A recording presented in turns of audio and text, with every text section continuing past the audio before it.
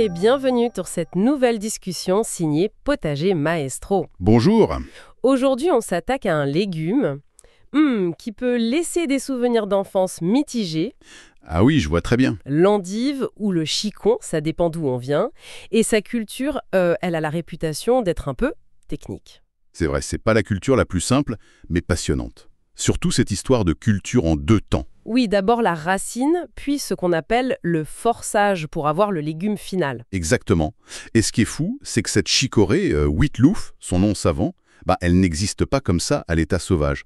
Elle a été, en quelque sorte, inventée au XIXe siècle. En Belgique. Une invention potagère, donc. Ça explique peut-être la complexité. Alors, pour celles et ceux qui veulent se lancer, comment on s'y prend? Commençons par la phase 1, la racine. Le sol d'abord. Alors le sol, c'est important. Il faut une terre qui soit assez légère, bien profonde, sans trop de cailloux. Pour que la racine descende bien droit, j'imagine. C'est ça. Et surtout, un sol pas trop riche. Peu humifère, on dit. Trop d'azote, ça donne beaucoup de feuilles, mais pas une belle racine. Et du soleil, bien sûr. D'accord. Et on sème quand? On peut commencer vers mi-avril jusqu'à début juillet, en gros. Il faut que le sol soit un peu réchauffé, disons au moins 10 degrés Celsius. Et la technique de semis? C'est assez classique. On fait des petits sillons, vraiment pas profonds, 1 cm maximum. Ah oui, léger. Oui. Espacé de 25-30 cm, on essaye de semer clair pour pas gaspiller, on recouvre à peine de terre fine, on tasse un peu avec le dos du râteau, et voilà. Ça lève vite? En 6 à 10 jours, normalement c'est bon. Et là, étape très importante, l'éclaircissage. Faut pas laisser tous les plantules et... Moi, surtout pas. Quand ils ont 3 ou 4 feuilles, on ne garde que le plus beau tous les 12 ou 15 cm. C'est vraiment essentiel pour que les racines aient la place de grossir correctement. D'accord. Et pendant l'été, on fait quoi? À part enlever les mauvaises herbes au début? Il faut garder le sol un peu frais. Donc un petit arrosage de temps en temps s'il fait très sec, mais sans noyer. Modéré. Voilà, et surveiller un peu les limaces. Les classiques. Toujours là. Et parfois des chenilles grises, les noctuelles, qui peuvent grignoter au niveau du sol. L'objectif, c'est d'avoir en automne de belles racines, bien lisses, entre 3 et 5 cm de diamètre. Super. Arrive l'automne, octobre, novembre. C'est l'heure de sortir ses racines. Comment on procède? On attend un jour où il fait sec, si possible, et avant les grosses gelées.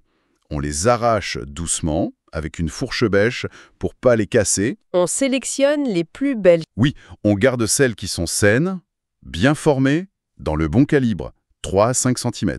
Ensuite, on les laisse sécher un peu. Sécher? Où ça? À l'abri, dans un endroit aéré. 1 semaine ou 2. C'est le ressuyage. Puis, on les prépare. C'est l'habillage. L'habillage, c'est-à-dire? On coupe les feuilles, mais pas trop court. On laisse 2 ou 3 cm au-dessus du collet. Faut pas abîmer le bourgeon au centre. Et on coupe aussi le bout de la racine pour qu'elle fasse environ 15 à 20 cm de long. Parfait. Nos racines sont prêtes, habillées. Et maintenant, la fameuse deuxième phase, le forçage. C'est ça qui donne le chicon blanc. Exactement. Le but, c'est de faire repartir la végétation de la racine, mais dans des conditions très contrôlées. C'est-à-dire... Obscurité totale, une température douce et constante et de l'humidité. C'est le noir complet qui empêche la chlorophylle de se développer. Du coup, les feuilles restent blanches et tendres, et moins amères aussi. obscurité totale. Le mieux, c'est une cave. La cave, c'est souvent l'idéal, oui. Si elle n'est pas trop froide, ni trop humide et qu'elle est bien noire. Mais on peut faire ça ailleurs. À l'intérieur, par exemple. Tout à fait. Dans des grands bacs, des caisses en plastique ou en bois. On peut même utiliser des boîtes en carton épaisse. Ah oui. Oui, le carton respire bien. L'important, c'est de trouver un endroit frais, entre 12 et 18 degrés Celsius, idéalement autour de 15-16 degrés, et de garantir le noir complet. On peut recouvrir les bacs. Et on les met dans quoi, ces racines? Dans de la terre? Alors, ça dépend des variétés. Pour les variétés traditionnelles, oui, on les serre les unes contre les autres, debout, dans un mélange de terreau et de sable, ou de la tourbe, qu'on maintient humide. Mais il existe des variétés plus modernes, des hybrides F1. Comme Zoom et fin, j'ai lu ça. Oui, par exemple. Celles-là, parfois, n'ont même pas besoin de terre de couverture, juste de l'humidité à la base et l'obscurité. Pratique. Et combien de temps ça prend pour avoir des chicons prêts à manger? Ça varie, principalement avec la température. Plus il fait chaud, vers 18 degrés, plus c'est rapide, mais la qualité est parfois moins bonne. Autour de 15 degrés, comptez entre 3 et 8 semaines. 3 et 8 semaines, quand même. Oui, pour une variété précoce comme Zoom et fin, à bonne température, ça peut être 3-4 semaines. On surveille. Quand le chicon est bien formé, serré, blanc crème, avec juste la pointe un peu jaune et qui fait 15-20 cm, c'est bon. Et pour la récolte, on coupe, on arrache? On casse net à la base ou on coupe avec un couteau juste au-dessus du collet de la racine.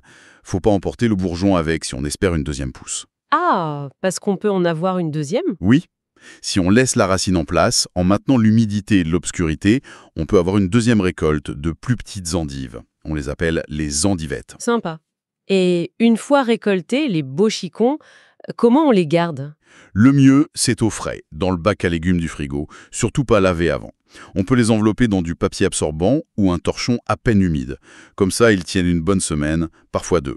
D'ailleurs, petite précision importante, dans les notes qui accompagnent cette émission, vous trouverez un ou des liens essentiels vers un article et des vidéos qui complètent cette discussion. Très bien. Avant de finir, juste un mot sur les variétés et les petits soucis possibles. Alors, en variété, on a le choix.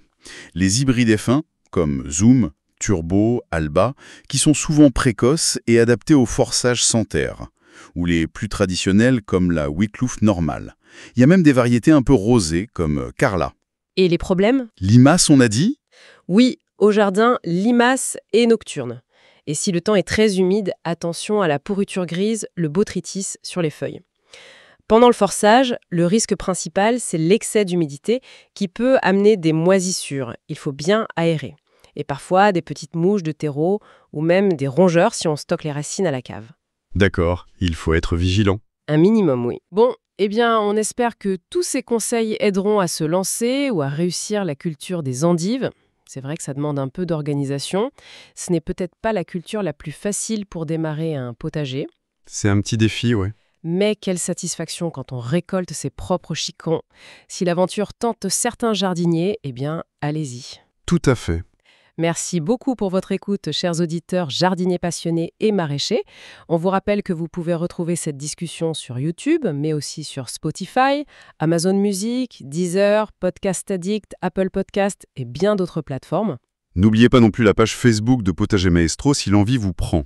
Et bien sûr, le site potagermaestro.fr regorge d'articles pour approfondir plein de sujets autour du potager.